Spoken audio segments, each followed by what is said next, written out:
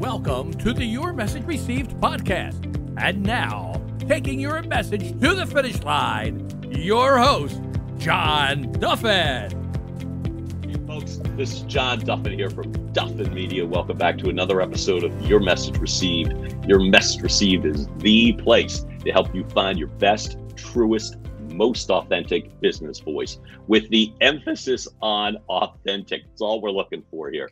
Get what you want, find what you need, improve your results, increase your sales, meet the person of your dreams, make $1 billion. Not certain about those last two, but we're working on those. And you can keep liking, fawning, sharing, whatever, reviewing on iHeartMedia, Spotify, Apple Podcasts, Google Podcasts, Amazon Music, and a bunch of other places. And today we go global. We go global, right? With two people I'm crazy about. PJ and Chris Cline. Welcome to the show, folks. Thank you. Glad to be here. Hi, John. Thanks for having us. Good to see you, man. And hear you too, of course. Yeah. It's just great. These folks do my heart good. They just do. You're going to see. You talk about dreams coming true. So it's as you're listening, if you got some dreams, keep them in mind, because all of this is about getting you there a little bit faster. Well, here's a couple of experts. Here's what we know so far. I'm grateful that I know Chris and PJ. PJ and I know each other from a former life in marketing, advertising, sales. But Chris and PJ are both communications specialists. They've both got each of their own area of expertise. Chris, you as a writer and an actor by trade. I also know, Chris, that you have had the reputation that in terms of specific messaging or things like even medical copy or technical stuff, that you are still, but were often the go-to. I got that right?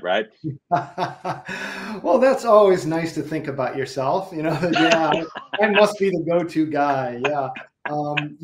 I wouldn't necessarily put myself there, but maybe some other people did. I know I had some good repeat business from producers over the years, and I had some good results, and so I'm grateful for that. Yeah. Why do you think you were getting the good repeat business? Why do you think? What is it? What is it about you? Well, I always tried to be prepared. I would always hope that I would get a script ahead of time, and when I did, I actually read it and and got to know it.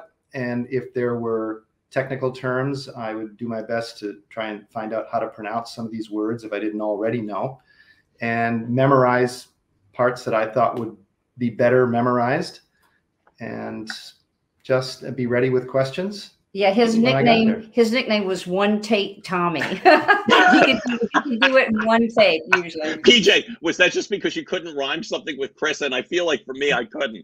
But One Take Tommy will go with I love it. Well, I'm a fan of alliteration, so. Nobody ever called me Tommy, so. That's okay. But the one take part I will go with. I am a fan of PJ. So PJ, before all this got running, I knew from advertising and marketing and being connected through my family.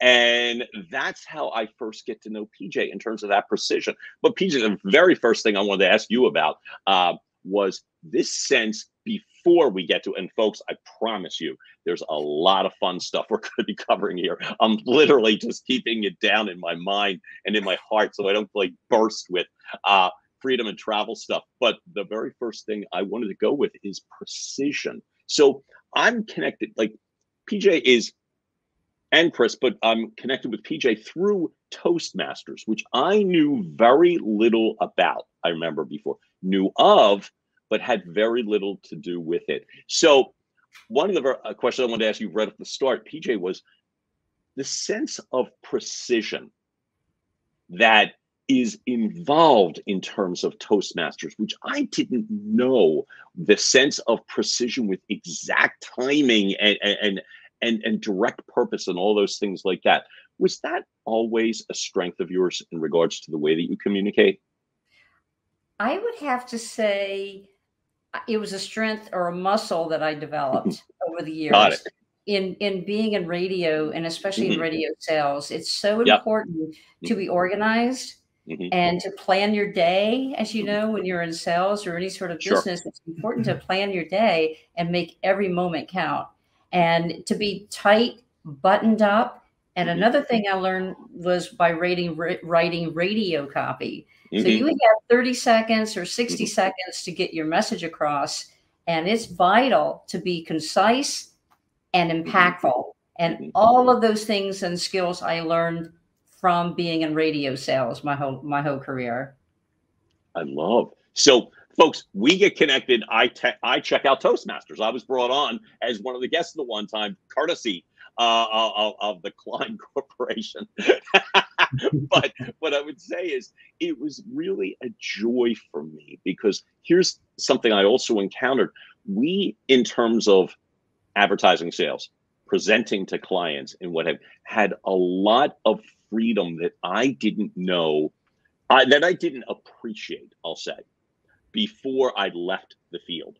The sense of articulation, that the presentation was yours, that it could basically go in any direction you wanted, for the good and the bad, right? And so what I found right away, and that's what folks, that's what I ask in terms of the ability to get a point across quickly. I found that to be almost like breathtaking. How has that helped you in terms of the way that you live your day-to-day lives? I'll just take this one real quick and then hand it over to Chris for his answer, of course. What I found, there's David Ogilvy, as you know, a very famous advertising person. He had a lot of quotes. The one quote that I learned from him that has proven invaluable in all facets of my life, whether it's business, social, being at a party, is you will never bore people into buying your product. And that goes across so many things that it's true. You have to have the passion and the enthusiasm and the sense of fun in order to get people to buy in to what you have and what you have to offer. Yeah, and I think copywriting, which we've both done, is a perfect complement to that, because in good copywriting, you have to grab attention right away, and you don't want to bury the lead. You want to put the most striking thing right up front that's going to grab their attention and get to the point quickly. Speaking of getting to the point, I'm so damn excited for that. I didn't even give the full bio, so I'm going to, just out of deference and to my two friends here.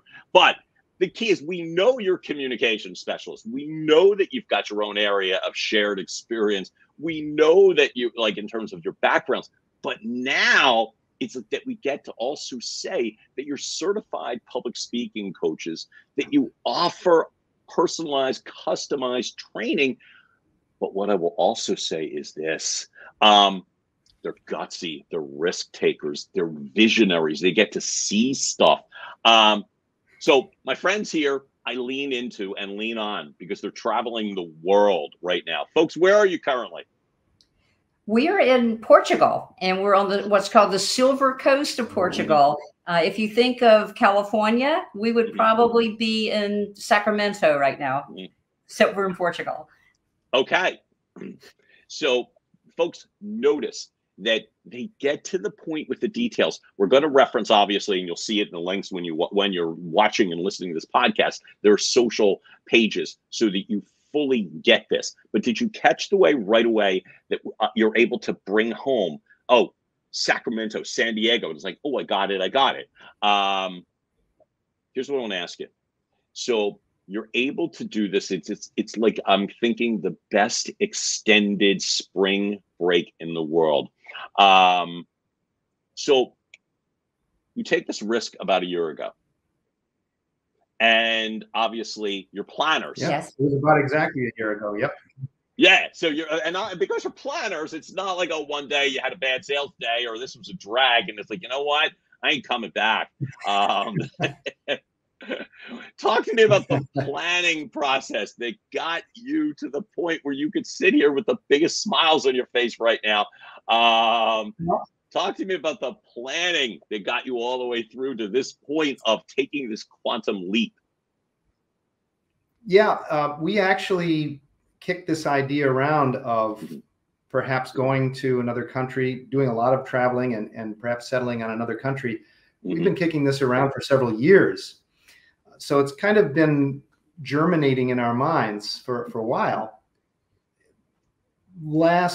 I would say about 18 months ago, January of 21, right, was when we really sat down and did the split page and said, is there any particular reason that we should wait any longer? Or should we start this ball rolling? And really, there was really no reason to wait. So we said, all right, then let's get this in motion. And we began this process and there was some planning involved. We had to decide, what do we do first? What do we do next? What do we do next? Right. And when do we want to be out of here?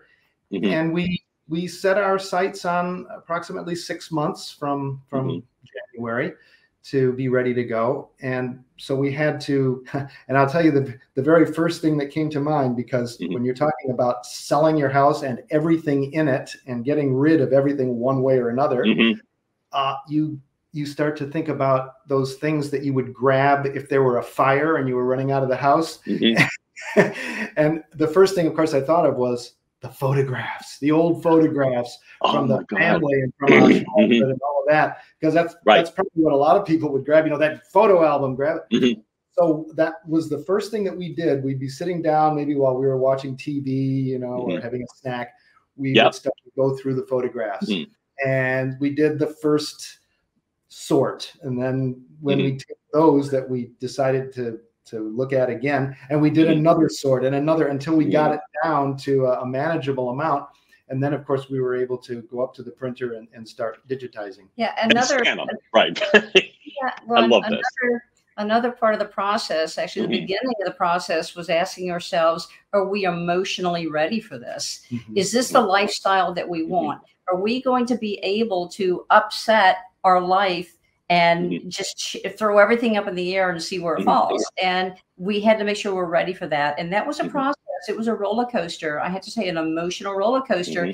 One day it was like, yes, gung ho. And then the next day we're sitting there, what are we thinking? Are we really going to do this? Yeah. And once we got our mind into it and weighed all the pros and cons, and then we started making a plan. And we're going, without commitment, let's just see if we can do this. And we met with our financial planner first and went over all of our assets with her. Here's where we are. Here's what our goals are. Here's the budget we think we can live on. And can we do it? And when she worked the numbers and said, if you do this and this, yes, you can do it. You can absolutely do it. So once we had that, the rest of it just pretty much took off from there, because there were so many different ways of doing what we're doing. You could go all in and sell everything and just have one suitcase, or you could keep your house. You could put things in storage. There's just a lot of different ways to do it. And we just made sure that we're emotionally ready first. I love this. So with the emotionally ready part, I think about this, like, has or had the thoughts of other people impeded your decision-making process?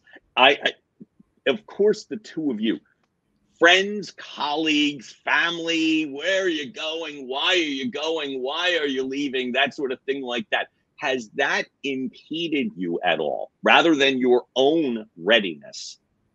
Not at all. It really didn't come up very much.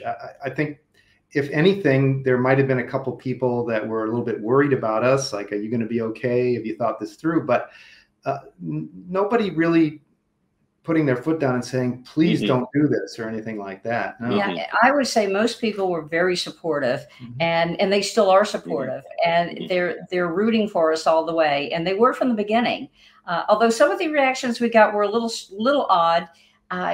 One example, when I told somebody that they'd be silent and say, well, I can't do that.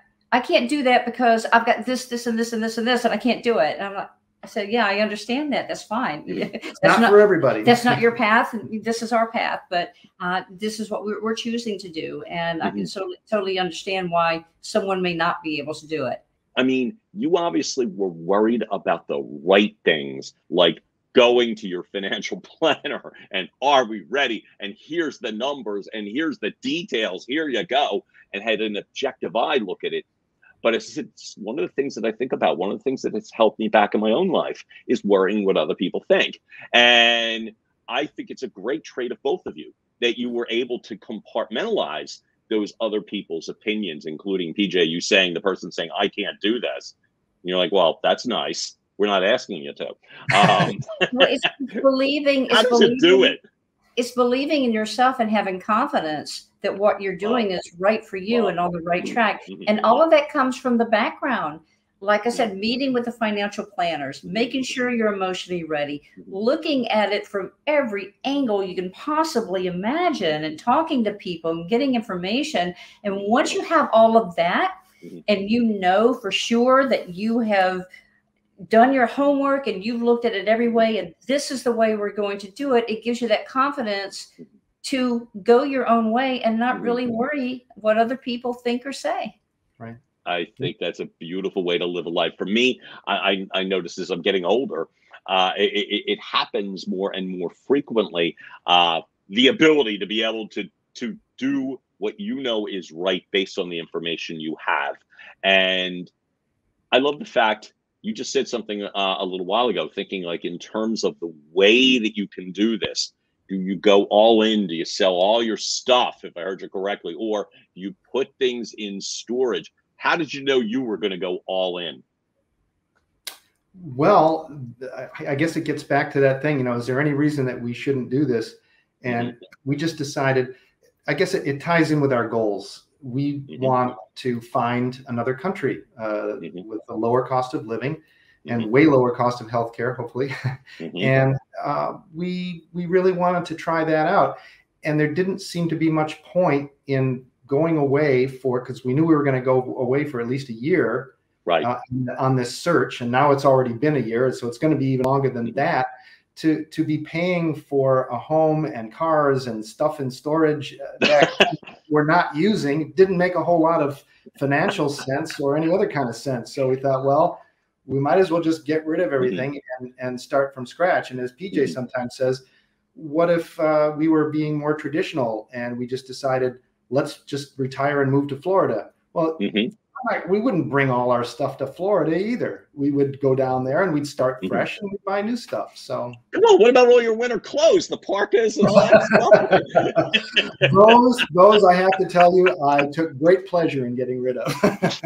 Yeah, and another thing I'll say that maybe your listeners may want to know about us is that Chris and I are not from Philadelphia originally. We're both from other places. I was born and raised in Louisiana. Chris is from Chicago. We met in Rochester, New York.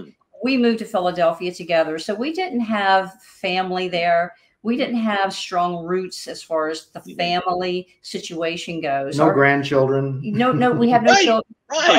We have no children.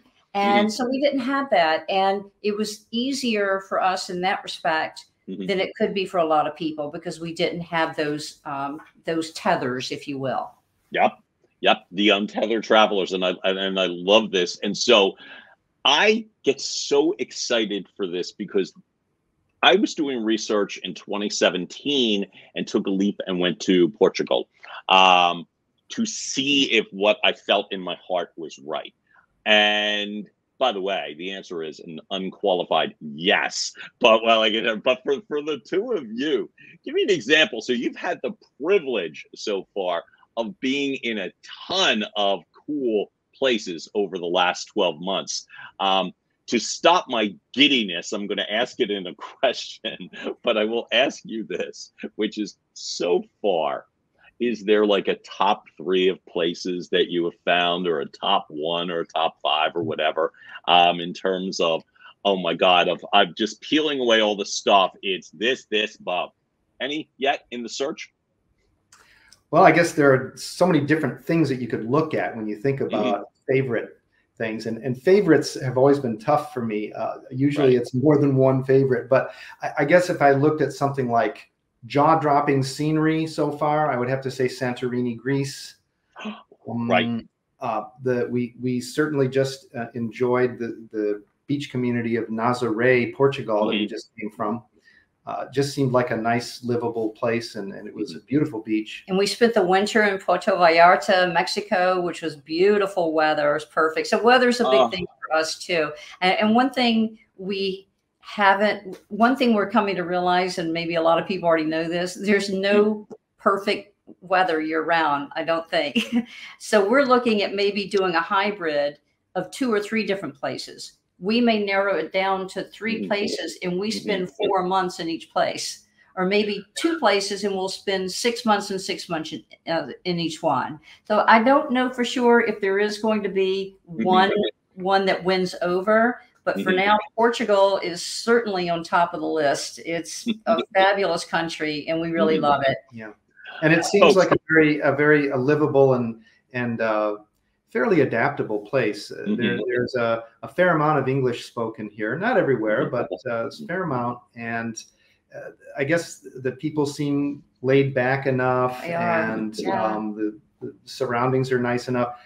Yeah, it seems like would be one of the easier places to assimilate to, as opposed to even maybe Mexico or some of the other places.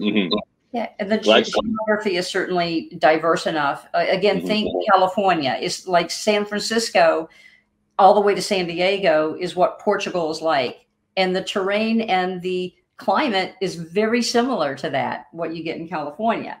So it's got that diversity of the oceans, the cliffs, the flat, and the mountains. It's a very cool visual that you gave me, or a narrative that I could easily, and I'm sure our listeners could easily follow in regards to if you've had the privilege of being in California for any length of time, which I have. So that helps me. You just said something a moment ago, though, which actually helped me tremendously, which was the statement that the realization that there is no perfect singular weather place. I would imagine that's got to be, in essence, maybe it's a slight disappointment, but maybe there's a sense of relief. And that's what I talk about. Well, that's what I'm thinking when it said where you just helped me. The sense of relief that you don't have to find that one singular place necessarily. So, my God, in America, they talk about snowbirds all the time. And I was thinking, all of these crazy goals that I have, I just sound like a classic snowbird. So if you two are talking about maybe 4 months apiece and 3 different fantastic places, I'm going to ask you about each of the ones that you talked about so far, because I'm a fan actually of all of them.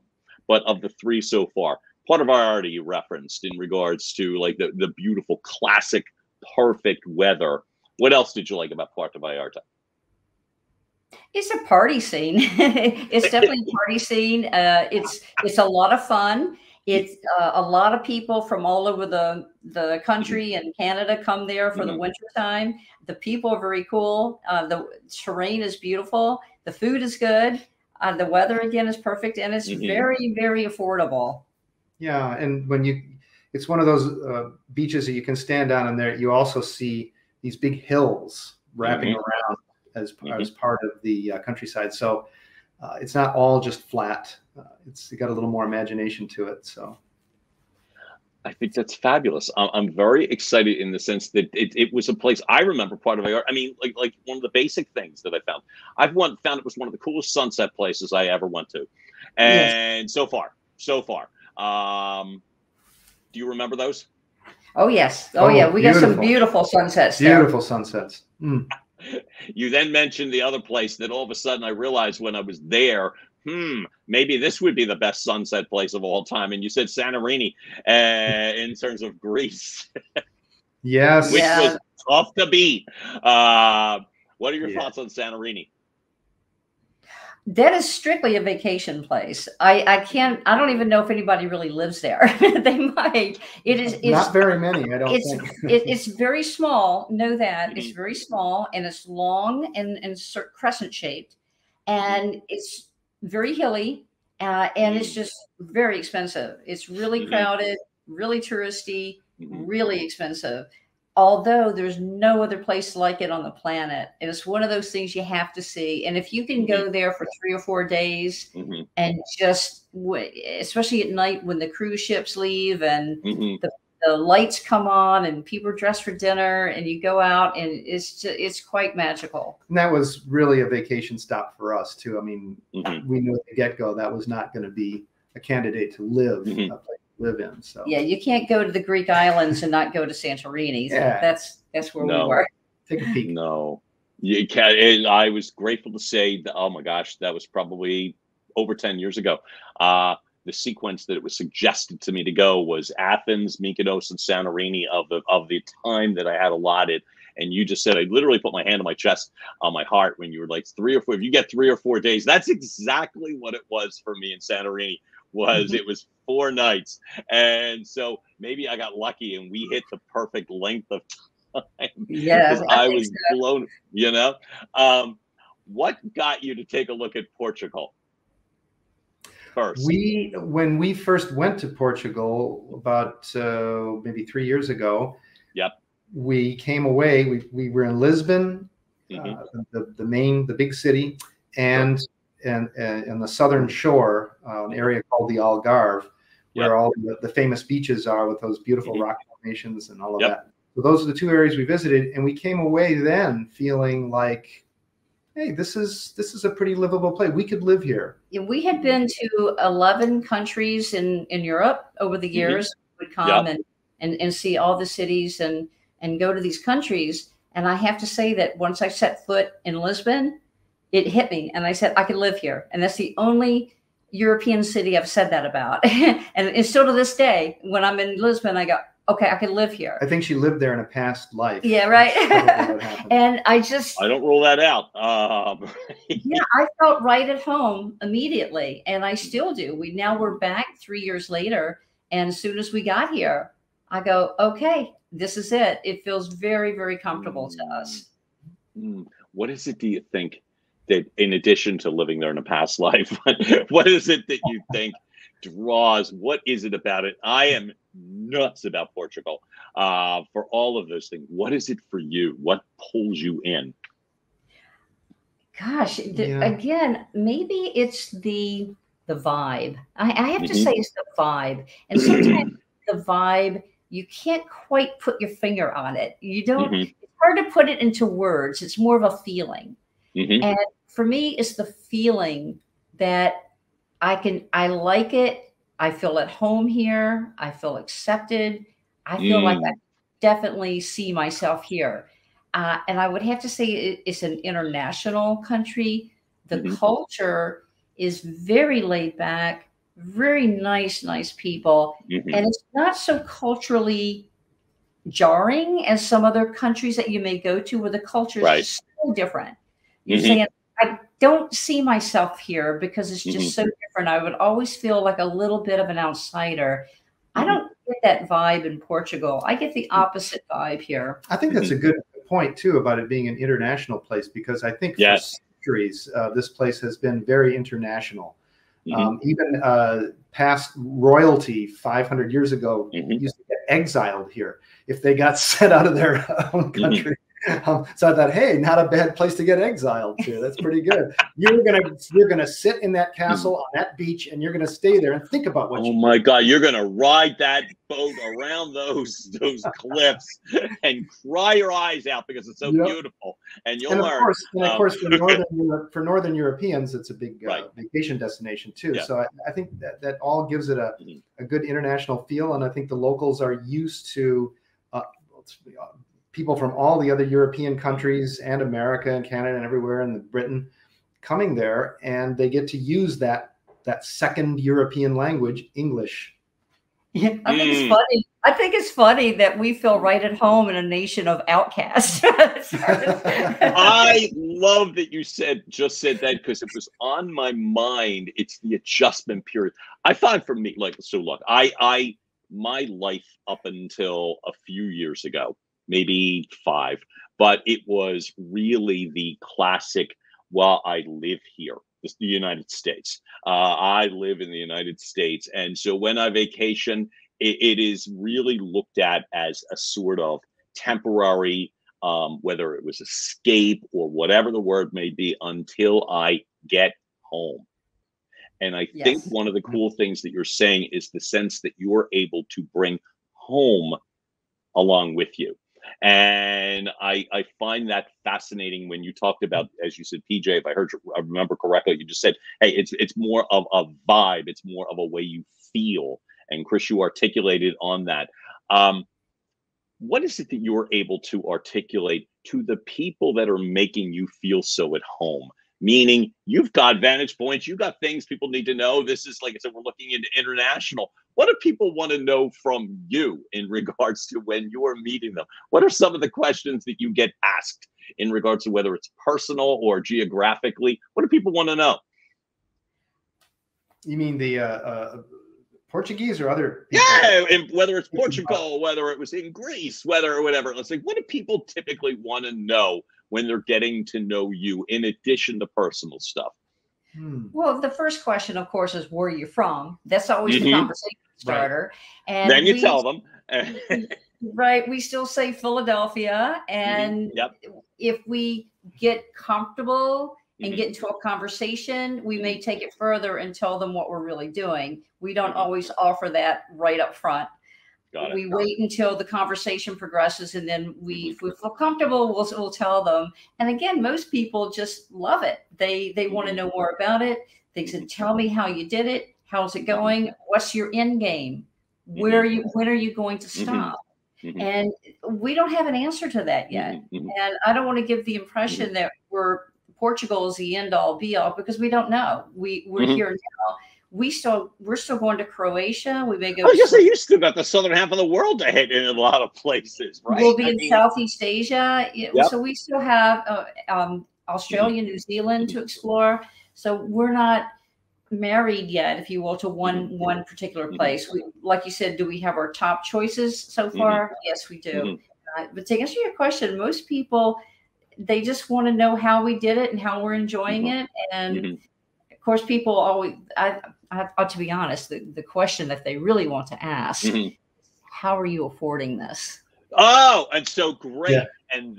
And you talked earlier about having the planning and all that sort of thing. Is there any other, from a very selfish point of view, to others, how are you affording it? How do you make it work for you on a day-to-day level? That's what I am very curious about. Do you set budgets? Do you set budgets that are different in country to country? You talked about an end game. I'll get to that in one moment. But I wanted to say before, the sense in your week-to-week planning, so to speak, are there budgets that you set? And do you hit them? Well, first of all, PJ has been planning our vacations for years. And so she's really good at finding good values. Whether we're staying at a hotel or whether we're renting an apartment on Airbnb. And that's one of the ways that we do it. Is slow traveling is very different from vacation traveling. Slow traveling, you can spend enough time somewhere where you can rent an apartment and you can get a discount and you can pay far less than you would pay at a hotel. And cook your meals in. And cook your meals in. And, you know, when you're in a place like Ecuador or Mexico, you can go down the street and buy all the vegetables you can eat for dirt cheap. And so that's one of the ways is to be able to live like you're at home as much as possible. And then in places where you're traveling a little faster, there's a little bit of counterbalance there because you do have to eat out more and you can't do as much. And you go to less expensive countries to offset the more expensive countries. Correct.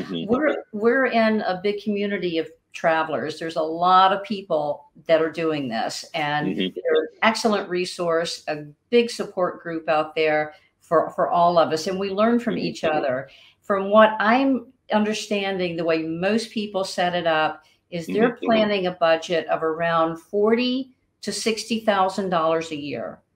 Is what their budget is. And they try to stick to it. And there's ways you can do it by house sitting, which is free. You agree to sit someone's house and watch their pets in exchange for the free lodging. You can use your points with credit cards and airline miles and special rewards. We use those a lot.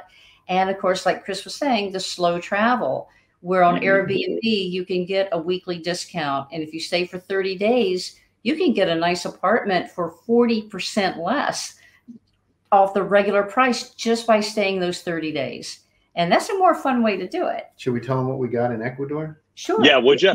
Come on. I'll give you a great example of this. And Ecuador is one of the most affordable places that we went, if not the most. We got this fabulous Airbnb. It was a 3-bedroom, 2-bathroom, 2-story apartment with a terrace, with an outdoor terrace, sliding doors, and an ample-sized kitchen and dining room and everything. And it was right there in town, and so very easy to walk to places, to stores. Had a nice river walk behind us. It was just this fabulous setting. We paid per night $43. $43 a night for that. So we were there 6 weeks, and I believe it cost us like less than $1,100 in rent to stay in a nicer than what our house was that we had in Philadelphia. Beautiful modern 3-bedroom place on the river, which was gorgeous. So you can find bargains like that, and sometimes you have to compromise too. Go, okay, we had this 3-bedroom place. Right now, we're in a small hotel room. And we're making it work for us. We're happy. We're in a small hotel room. We're only here for 3 days. And we're like, okay, let's squeeze our stuff in here and then move on to the next place. Oh my God. So it's that keep an open mind. I love that. And now would you go back to Ecuador? Possibly. Although we kind of narrowed down the viable options for as far as a place that we probably want to live, just based on our research and talking to other people. And we felt that Cuenca, which was the city we ended up staying in, was the most viable choice in terms of a town and an environment and all of that. And we would consider that, except for the fact that Cuenca is 8,500 feet up in the mountains. And we found that to be a little bit difficult for us. It was hard to breathe, and it sent my blood pressure up, and and we were there for 5 or 6 weeks, and we were still having problems with it. So I think that might be a weakness on our part that might keep us from settling any place. It's a beautiful city, and it's modern, really good health care. A lot of English-speaking expats and a lot of the Ecuadorians speak English. The restaurant scene is very good. One of our best meals was actually in Cuenca. If people like the mountain air and a cool climate and don't mind the elevation, I say go for it. It's a really nice place to be. For our preference, we like more warm tropical weather. That's us. You're like me. I love this. You're like me.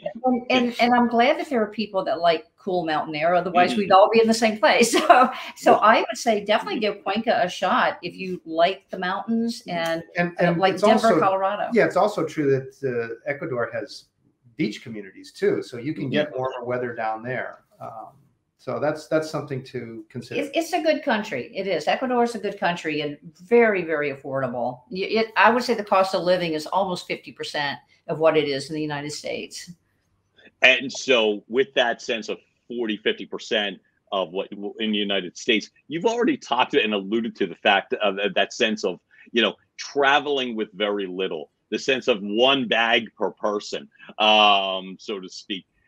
Have you accumulated things in this last year again, or are you still able to maintain that sense of one bag per person with no trouble? We couldn't accumulate anything. We walk by the shops and we might see something. Oh, that would be nice if we had a home. But since we don't, and there's no room for it in the suitcase, then okay, that's that. Even clothes. Now we have replaced with clothes, right? But that means you get rid of the old ones because okay, my sneakers are getting a little worn out, so I'm going to go buy new sneakers and throw away the old ones. So as long as you replace, then that works. But we cannot be in buying mode right now. We're not accumulating anything, honestly. And if anything, I'm still trying to shed more. I think my suitcase is still too heavy, and I realize that every trip we take and every time I'm lugging it around, I'm saying, okay, I think I can eliminate half these clothes, and I probably will. I think by the time we get to Southeast Asia, I'm going to be very minimal. And you don't, obviously, and I just from the big smiles on your faces, I don't even need to ask the question, but I was saying, you obviously don't miss your stuff much. No, not really. No, I miss dressing up. And I think most women can appreciate this. I Got it. miss wearing a nice dress and high heels and getting my hair done and my makeup done and going out to an event. I do miss that. I have to dress very sporty and very practical, and I dress up with a piece of jewelry. I have a little black dress. I'll put a scarf on it, dress it up. That's the extent of my dress up. Although one day we'll settle down and I will be able to buy a nice dress and high heels and go out like that and use it. But it doesn't sound in any way in this year as if anything. I haven't heard, and more importantly, haven't felt any sort of deprivation here or do without. It certainly seems like the accumulation is coming from a lot of different ways, but it's not in the getting more stuff to stick on a shelf. Well, if I can tell you my favorite quote, and I'm not sure who said it, I would say, if anybody there knows who said this, let me know. Right. But here it goes. Travel is the only investment guaranteed to make you richer. I love that. We feel richer every day. Absolutely. Because of our travels. Yeah, that's an important thing too. And I think we've been in that mindset for quite a while now. You know, we never went overboard on Christmas or birthdays. We were more about experiences than stuff. You know, we would celebrate a birthday by going out to dinner rather than buying a big present of some kind. So, you know, we reached a point where we started purging and getting rid of stuff and really appreciating travel and other kinds of experiences. That's where we've been spending our money in recent years. And so this is just kind of an extension of that. I love that. I just love that. Has the way that you've communicated, the way that you articulate, has that changed with this breadth of knowledge that you now have?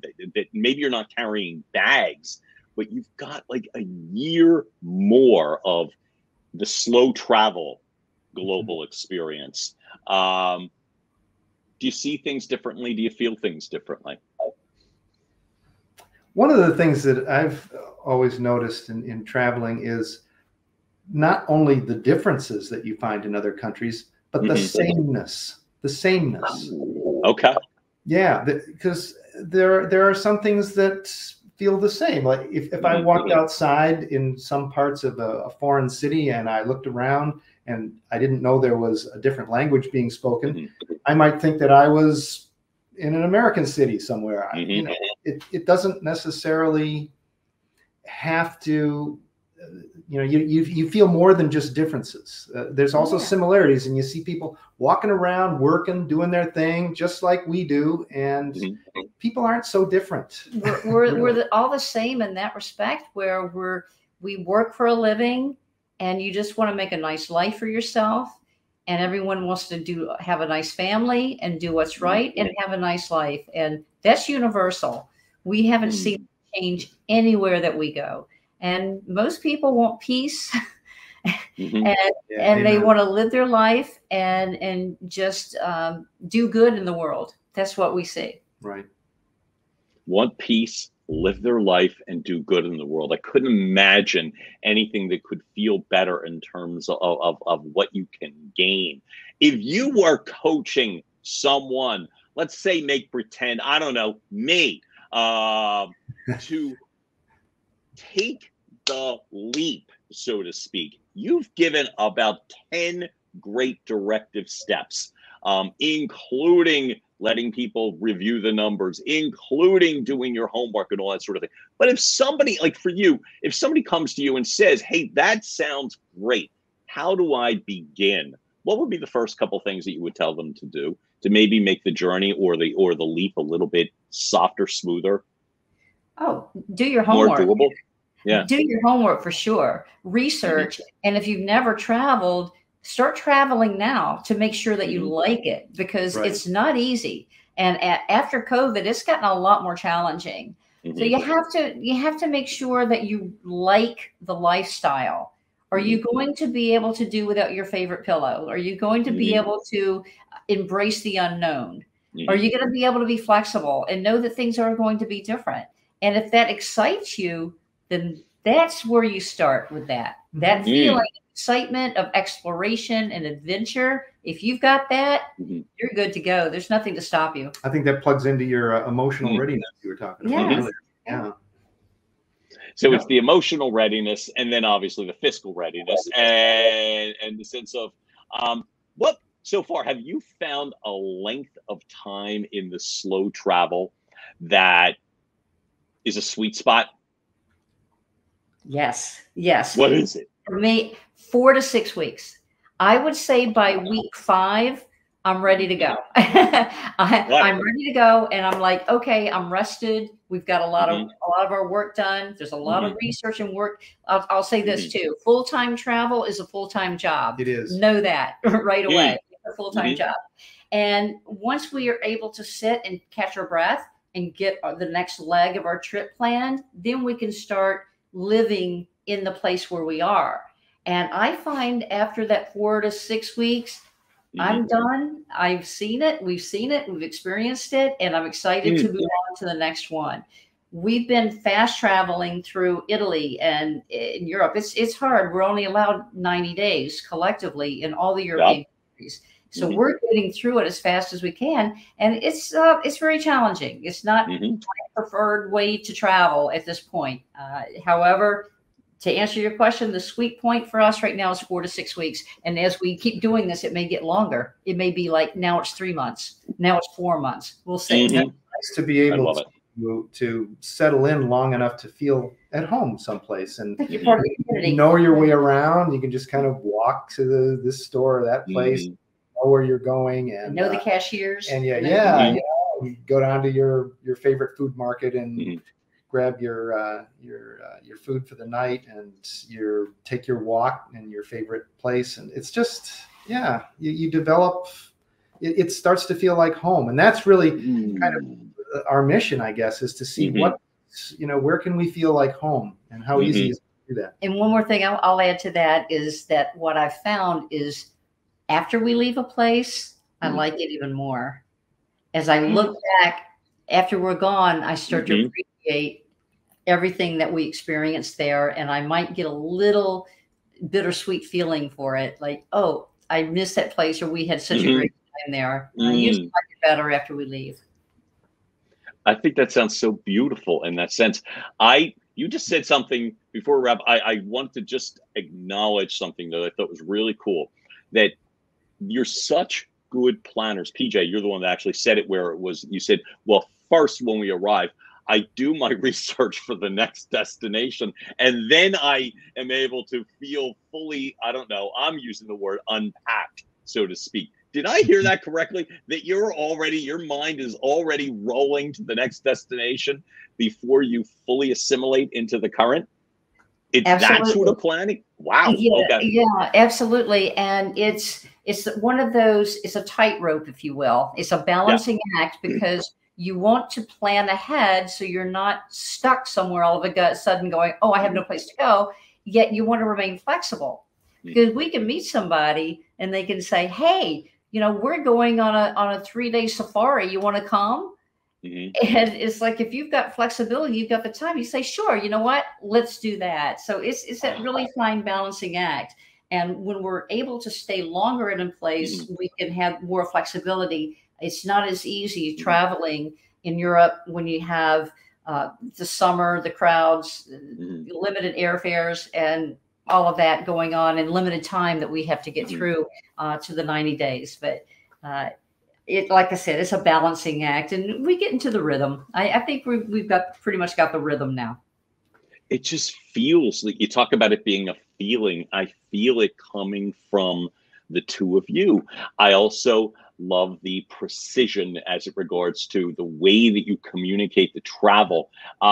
You're doing a fabulous job on social media in the way that you guide and illustrate and paint pictures in terms of each of the destinations, the top points and the top this and the what to watch for. Do you see that continuing in terms of the way that you communicate? Meaning, like Travel Channel Travel Channel gurus, experts, expat travelers. Is that a part of your future? Well, you know the expression, pay it forward. Mm-hmm. That's what I try to do in my social media wrap-ups, is just pay it forward, because like I said, we have a big community of friends and travelers that are doing this, and everyone is so open and giving and helpful. Whenever I have a question, I just ask, and I get tons of information. And if I can pass that on to someone else and make their journey a little easier, what's our expression that we learned from Craig Valentine? Oh yes, one of our great speaking mentors said, "Let my long road lead to your shortcut." Oh my God, I was going to cry when you said that. Let my road lead to your shortcut.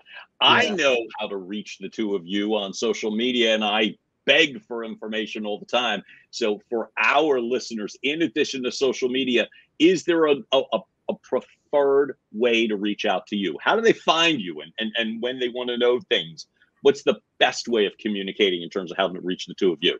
Right now would be on Facebook, and they can reach me, PJ Cline, which is PJ Cline.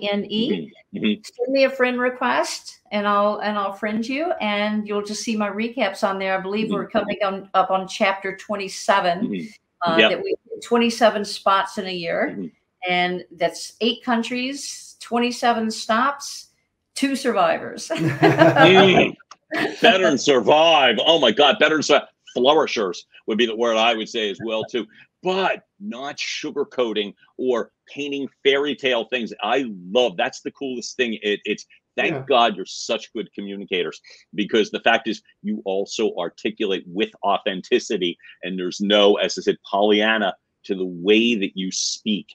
I think it helps people tremendously. Folks, you're going to find the Facebook links. I ain't going to deprive you. You will see those as you are watching and listening to this podcast. But Chris, PJ, I am honored that I got the two of you for this amount of time. Best of all, I know I get the two of you for more. So I can acknowledge and at least know it is absolutely, in my head, it's Portugal is the next place in terms of where I am looking. And it will be, it'll be third quarter this year. I know the airfare will be insane, but I'm still thinking I got to get there. I got to. And I thank the two of you from the bottom of my heart for showing up for me.